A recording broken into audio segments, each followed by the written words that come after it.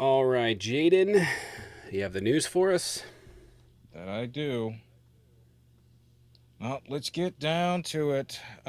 Today is July 3rd. The House Republicans have finalized the big, beautiful bill. Trump has celebrated the bill's passing. Trump praised congressional GOP leaders today after the House approved his massive package of tax and federal spending cuts, delivering the president the first big legislative win of his second term. Its passage followed a fierce arm twisting campaign by GOP leaders to unite a deeply divided party behind Trump's sweeping domestic agenda. The president is expected to sign his big, beautiful bill tomorrow at 5 p.m. Eastern Standard Time as he celebrates the 4th of July at the White House. House Minority Leader Hakeem Jeffries broke the modern day record for longest House floor speech, using his quote, magic minute to speak for hours against the bill and drawing out debate on the package.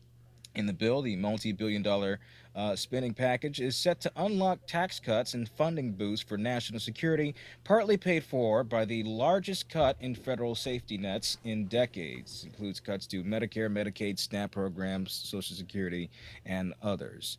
Let's get into this, shall we? Yes, yes, we shall. First things first, Danielle, appreciate the sub over on TikTok. I wanted to talk about some of the provisions of this because Mm-hmm. this is major. So, there's Medicaid restrictions that are going to affect smaller hospitals. That's the first thing. More rural hospitals, Medicare work requirements and eligibility, and it's going to remove 11.8 million people from healthcare over the next 10 years. I don't know how you could justify that as being anything remotely good. Next thing it does, it gives 45 billion dollars to expand detention centers, 30 billion dollars in funding for hiring and resources at the border, specifically for ICE. So largely speaking, not just border patrol. And also, incidentally enough, 46.5 billion dollars for border wall construction, which is funny because apparently Trump was doing a really good job at stopping people at the border, which is making me confused as to why exactly they need a wall.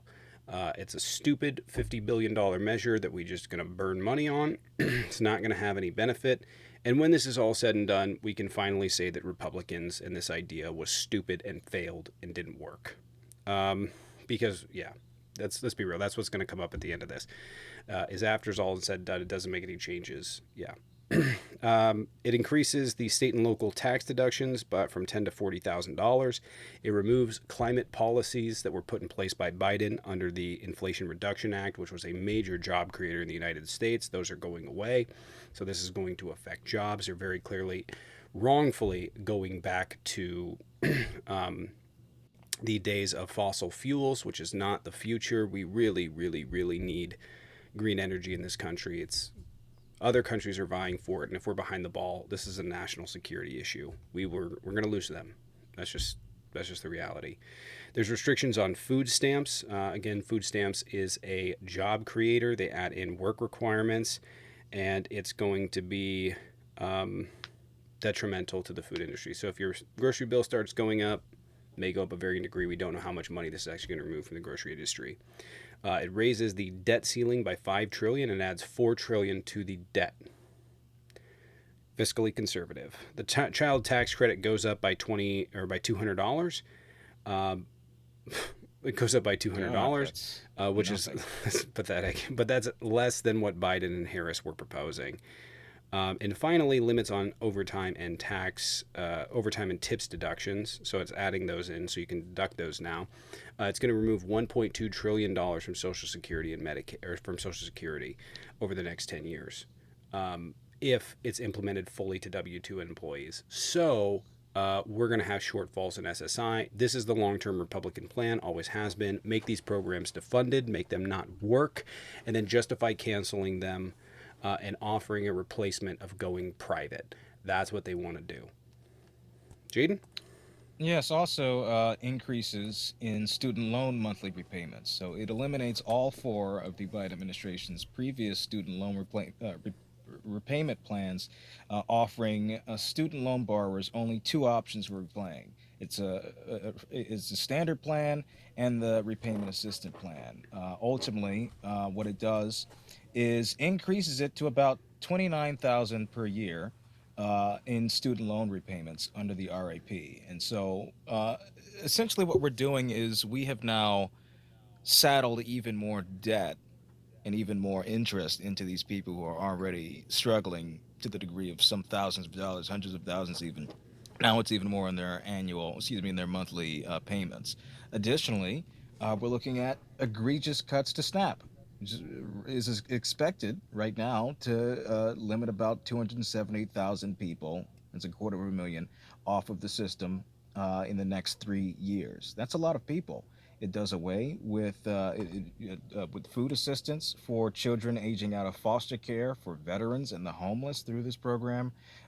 Basically, every vulnerable demographic is now under siege here, and that there isn't that degree of care that they promised would come for the most vulnerable in our society. They constantly said we need to take care of our own, but gutting Medicare, Medicaid, SNAP programs, and eliminating the previous student loan repayment plans does not do anything to help those people. In fact, makes their lives infinitely worse. Josh? Josh or Sharon? Yeah, I'm all right. I just want to know how much more proof do Felt. people need to show that Trump isn't about America first? He doesn't care about putting people in America first. We're only just witnessing the de-brownification of America, and the people that are left are going to suffer greatly because of Yep. this. And And Planned Parenthood is defunded for a full year unless they can jeez. completely absolve themselves of abortion care, which already doesn't receive funds through Medicaid.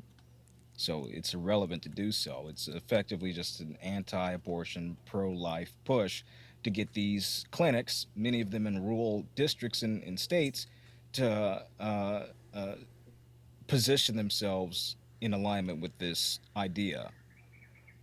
So people are going to be suffering from this. I argue that the maternal mortality rate and the infant mortality rate is likely to go up due to this lack of access to care.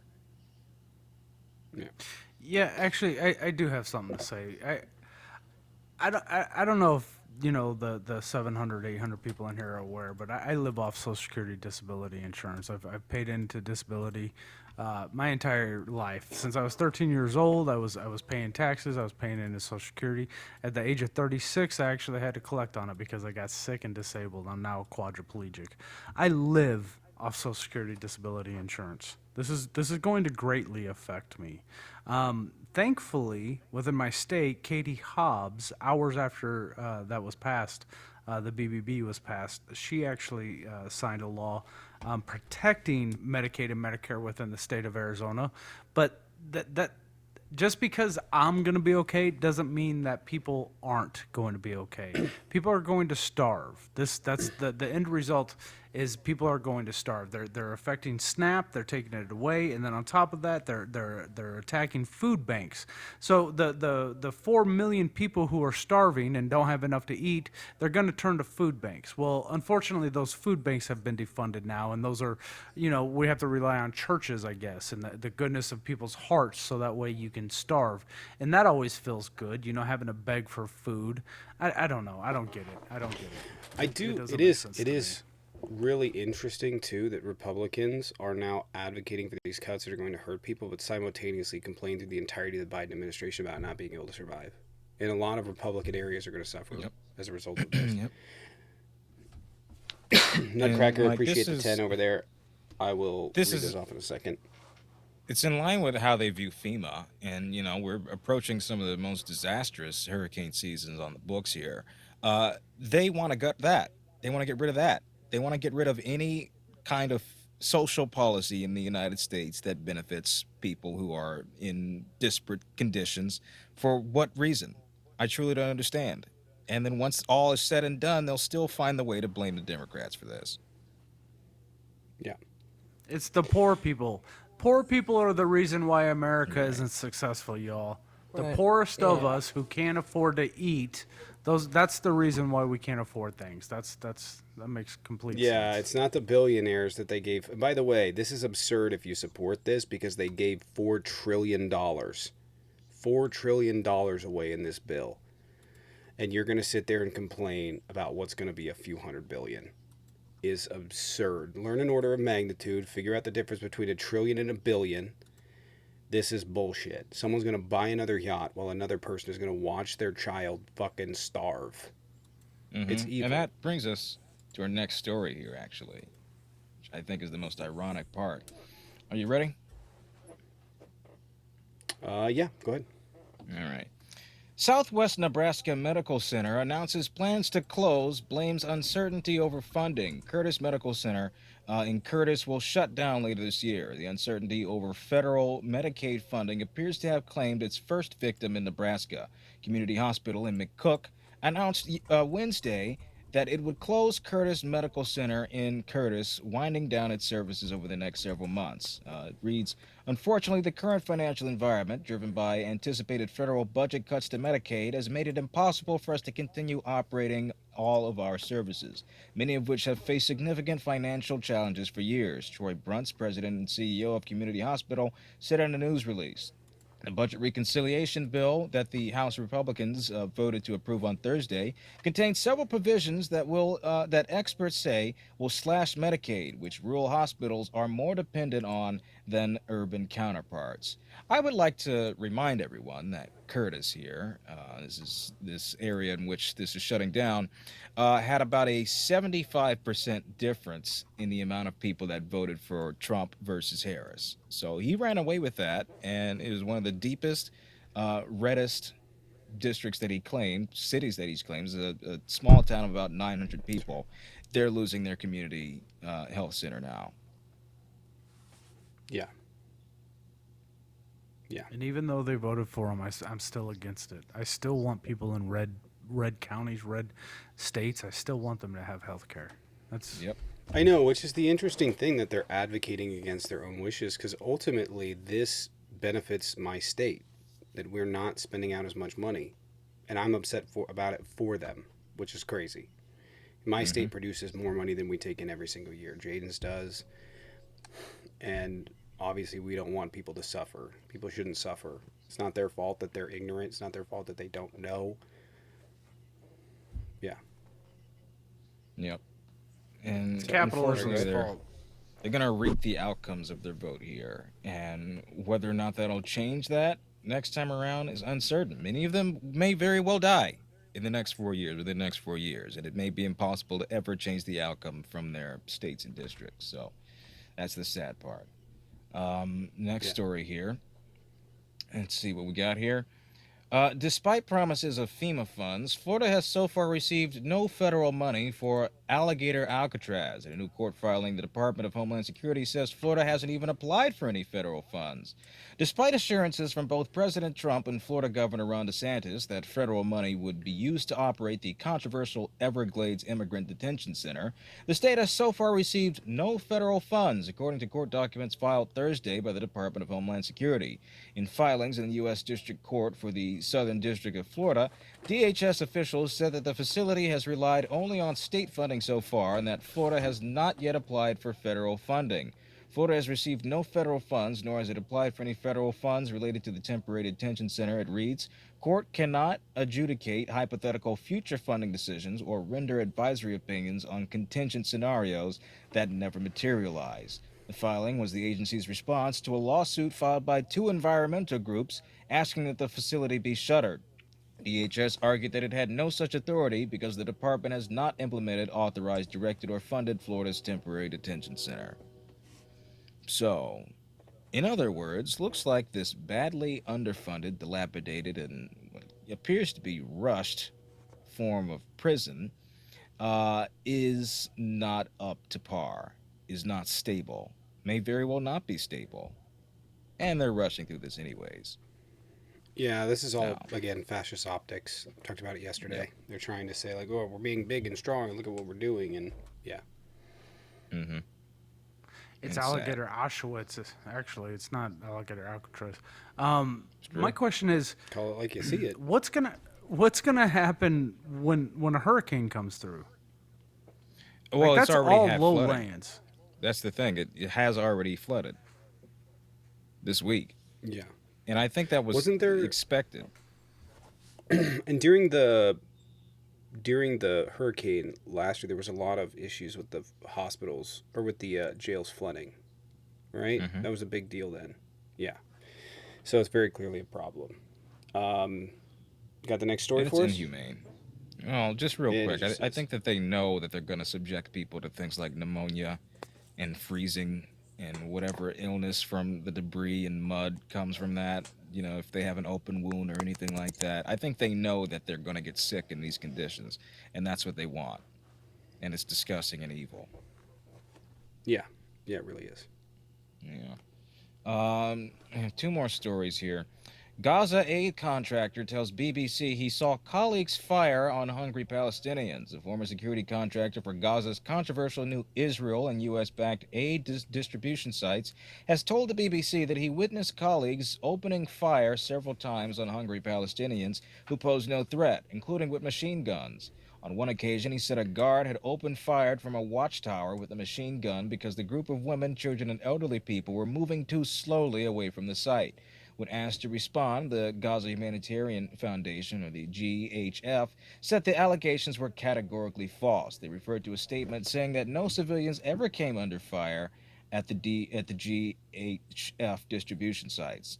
GHF began its operation in Gaza at the end of May, distributing limited aid from several sites in southern and central Gaza that followed an 11-week total blockade of Gaza by Israel, which no food entered the territory. The system has been widely criticized by forcing vast numbers of people to walk through active combat zones to a handful of sites. Since the GHF started up, Israeli forces have killed more than 400 Palestinians trying to retrieve food aid from its sites, and the UN and local doctors say Israel says the new distribution system stops aid going to Hamas. Now, I think that the GHF is completely full of shit. I think we've seen before their inclination to distort facts of their acts of war and terror against people seeking aid. I mean, we saw a few weeks ago they blocked a ship with Greta Thunberg on it delivering aid to them. They've done this before. They've done the double taps on civilian infrastructure buildings. They've bombed hospitals, et cetera, et cetera. And somehow or another, this isn't enough for people to understand that this is going on. Yeah. And by the way, they praised Trump for getting a ceasefire deal, and it's over. Yeah, Lasted already like a over. Yep. week. Yep. Yeah. It's already So I over. don't really have that much to say. It's just sick. It's really insanely inhumane treatment. And yeah. Yeah. You got the last one for I'm us? disgusted. Yep. This one is an interesting one that I saw today. Boxer Julio Cesar Chavez Jr. has been arrested by ICE and is set to be deported. The famed Mexican boxer Julio Cesar Chavez Jr. was arrested for overstaying his visa and lying on a green card application and will be deported to Mexico, where he faces organized crime charges, federal officials said Thursday. The arrest comes only days after former middleweight champion lost a match on Saturday against influencer turned boxer Jake Paul. Excuse me. Let's hold that one back. That's that story. Um, Well, are you sure that Trump might want him in the administration? Don't you know? If he was white, he would. it's true. If he was white, he Yeah. would. Yeah, go ahead. Let's see here. The Department of Homeland Security said that officials determined Chavez should be arrested June 27th, the day before the fight. It was unclear why they waited a day to act after the high-profile event. Reason why is because they have favoritism towards Jake Paul. They wanted him to win and then deport him. That's That's actually wild. that's insidious. Yeah. Yes, it is. I don't really have that much to add to the story, but that's actually crazy. But I don't know. Surprised Trump didn't offer him a job. Does anybody have any other thoughts on that? Are we good on the news? That's the news. All right.